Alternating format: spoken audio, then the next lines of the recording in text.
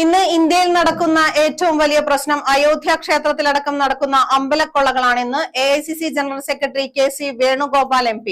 അയോധ്യ ക്ഷേത്രക്കൊള്ളയിൽ VHPയുടെ പ്രധാന നേതാവാണ് പ്രതി.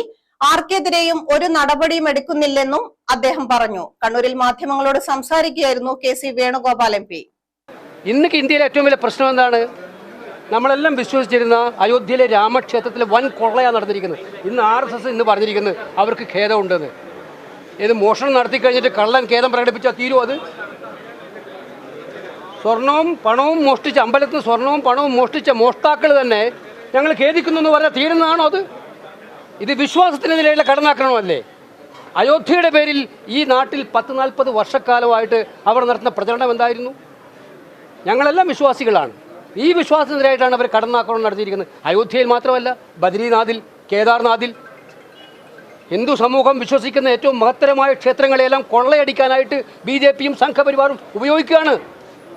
അവർക്ക് വിശ്വാസം എന്ന് പറഞ്ഞാൽ കൊള്ളയടിക്കാനും ജനങ്ങളെ വിഭജിക്കാനും വേണ്ടി മാത്രമാണ്, അല്ലാതെ ദൈവത്തോടുള്ള വിശ്വാസം കൊണ്ടല്ല. ദൈവത്തെ ഉപയോഗിക്കുന്നത് ഒന്നുകിൽ ക്ഷേത്ര സ്വത്തുക്കൾ കൊള്ളയടിക്കാൻ, അല്ലെങ്കിൽ പാവപ്പെട്ട ജനങ്ങളെ മുസ്ലിം എന്നും ഹിന്ദു എന്നും ക്രിസ്ത്യാനി എന്നും പറഞ്ഞ് ഭിന്നിപ്പിക്കാൻ. ഇതിപ്പം വെളിച്ചത്ത് വന്നിരിക്കുകയാണ്, എക്സ്പോസ് ചെയ്തിരിക്കുകയാണ്. എനിക്ക് അത്ഭുതം തോന്നി RSSന്റെ പ്രസ്താവന കണ്ടിട്ട്.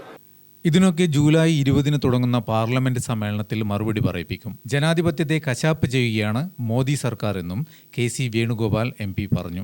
കട്ടവന്മാർ തന്നെ മാപ്പ് പറഞ്ഞാൽ പ്രശ്നം തീരുമോ? സുപ്രീം കോടതി മേൽനോട്ടത്തിൽ അന്വേഷണം വേണം. പാർലമെന്റ് സമ്മേളനത്തിൽ ഞങ്ങൾ കണക്ക് ചോദിക്കും. BJPക്ക് വിശ്വാസം കക്കാനും വിഭജിക്കാനും മാത്രമാണ്. പ്ലീഡർ നിയമനത്തിൽ കോൺഗ്രസിന് അവരുടേതായ ഒരു നിലപാടുണ്ട്. അത് അനുസരിച്ചേ സർക്കാർ പ്രവർത്തിക്കൂ. അദാനി വിഷയത്തിൽ മുഖ്യമന്ത്രി തന്നെ വ്യക്തത വരുത്തി കഴിഞ്ഞു. KPCC പ്രസിഡന്റ് സ്ഥാനം സംബന്ധിച്ച് ഉചിതമായ സമയത്ത് ഉചിതമായ തീരുമാനമുണ്ടാകും. ഈ കാര്യത്തിൽ തീരുമാനം വൈകില്ലെന്ന് KC വേണുഗോപാൽ പറഞ്ഞു. ഗ്രാമിക ന്യൂസ്, കണ്ണൂർ.